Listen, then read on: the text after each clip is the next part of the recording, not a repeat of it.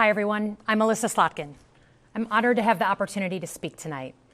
It's late, so I promise to be a lot shorter than what you just watched. I won't take it personally if you've never heard of me. I'm the new senator from the great state of Michigan, where I grew up.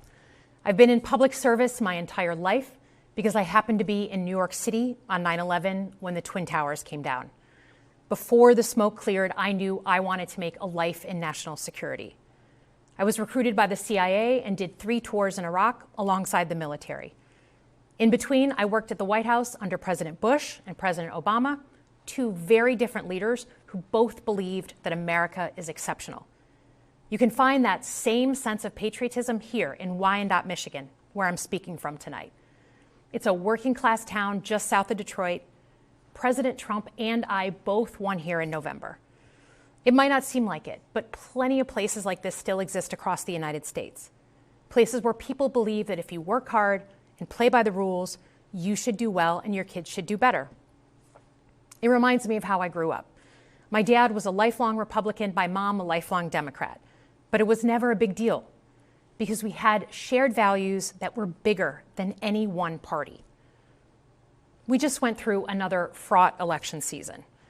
Americans made it clear that prices are too high and that the government needs to be more responsive to their needs.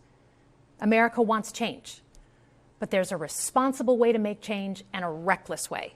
And we can make that change without forgetting who we are as a country and as a democracy.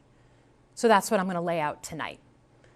Because whether you're from Wyandotte or Wichita, most Americans share 3 core beliefs: that the middle class is the engine of our country, that strong national security protects us from harm, and that our democracy, no matter how messy, is unparalleled and worth fighting for. Let's start with the economy. Michigan literally invented the middle class, the revolutionary idea that you could work at an auto plant and afford the car you were building. That's the American dream. And in order to expand and protect the middle class, we have to do a few basic things. We need to bring down the price of things we spend the most money on: groceries, housing, healthcare.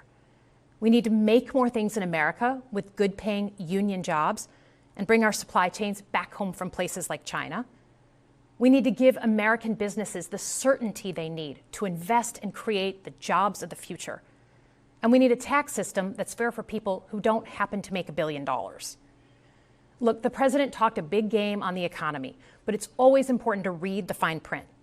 So, do his plans actually help Americans get ahead? Not even close. President Trump is trying to deliver an unprecedented giveaway to his billionaire friends. He's on the hunt to find trillions of dollars to pass along to the wealthiest in America. And to do that, he's going to make you pay in every part of your life.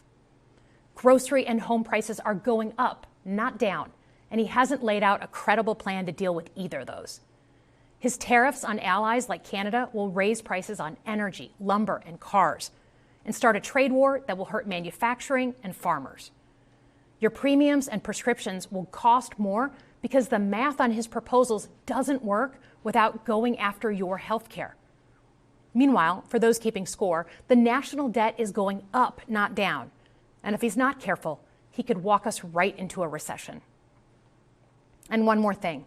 In order to pay for his plan, he could very well come after your retirement, the Social Security, Medicare, and VA benefits you worked your whole life to earn. The president claims he won't, but Elon Musk just called Social Security the biggest Ponzi scheme of all time. While we're on the subject of Elon Musk, is there anyone in America who is comfortable with him and his gang of 20-year-olds using their own computer servers to poke through your tax returns, your health information, and your bank accounts? No oversight, no protections against cyber attack, no guardrails on what they do with your private data. We need a more efficient government. You want to cut waste? I'll help you do it. But change doesn't need to be chaotic or make us less safe. The mindless firing of people who work to protect our nuclear weapons, keep our planes from crashing, and conduct the research that finds the cure for cancer, only to rehire them 2 days later, no CEO in America could do that without being summarily fired. Okay, so we've talked about economic security. How about national security? Let's start with the border. As someone who spent my whole career protecting our homeland, Every country deserves to know who and what is coming across its border. Period. Democrats and Republicans should all be for that. But securing the border without actually fixing our broken immigration system is dealing with the symptom and not the disease. America is a nation of immigrants. We need a functional system keyed to the needs of our economy that allows vetted people to come and work here legally. So I look forward to the president's plan on that. Because here's the thing. Today's world is deeply interconnected. Migration, cyber threats, AI, environmental destruction, terrorism. One nation cannot face these issues alone. We need friends in all corners, and our safety depends on it. President Trump loves to say peace through strength.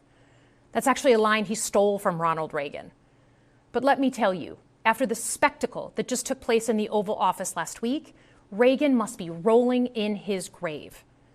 We all want an end to the war in Ukraine, but Reagan understood that true strength required America to combine our military and economic might with moral clarity. And that scene in the Oval Office wasn't just a bad episode of reality TV. It summed up Trump's whole approach to the world. He believes in cozying up to dictators like Vladimir Putin and kicking our friends like the Canadians in the teeth. He sees American leadership as merely a series of real estate transactions.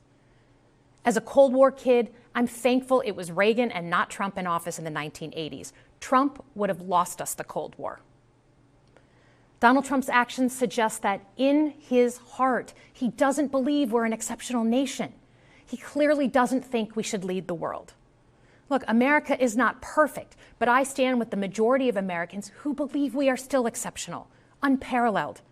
And I would rather have American leadership over Chinese or Russian leadership any day of the week. Because for generations, America has offered something better.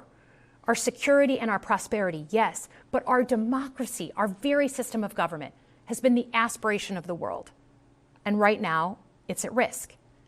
It's at risk when the president decides you can pick and choose what rules you want to follow, when he ignores court orders and the Constitution itself, or when elected leaders stand by and just let it happen. But it's also at risk when the president pits Americans against each other, when he demonizes those who are different and tells certain people they shouldn't be included.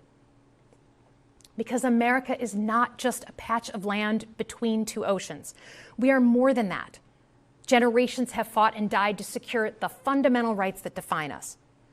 Those rights and the fight for them make us who we are.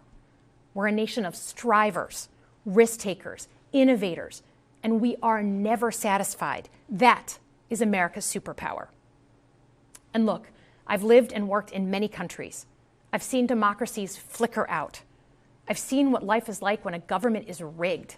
You can't open a business without paying off a corrupt official. You can't criticize the guys in charge without getting a knock at the door in the middle of the night. So as much as we need to make our government more responsive to our lives today, don't for one moment fool yourself that democracy isn't precious and worth saving. But how do we actually do that? I know a lot of you have been asking that question. First, don't tune out. It's easy to be exhausted, but America needs you now more than ever. If previous generations had not fought for this democracy, where would we be today? Second, hold your elected officials, including me, accountable. Watch how they're voting. Go to town halls and demand they take action. That's as American as apple pie. Third, organize. Pick just one issue you're passionate about and engage. And doom scrolling doesn't count.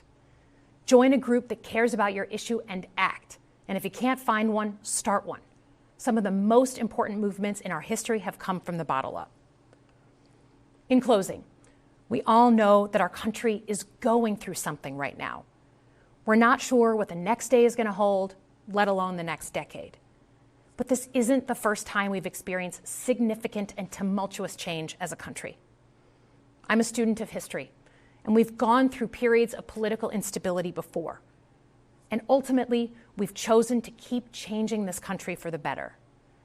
But every single time, we've only gotten through those moments because of two things: engaged citizens and principled leaders. Engaged citizens who do a little bit more than they're used to doing to fight for the things that they care about, and principled leaders who are ready to receive the ball and do something about it. So thank you tonight for caring about your country. Just by watching, you qualify as engaged citizens. And I promise that I and my fellow Democrats will do everything in our power to be the principled leaders that you deserve. Thanks for watching. Stay updated about breaking news and top stories on the NBC News app or follow us on social media.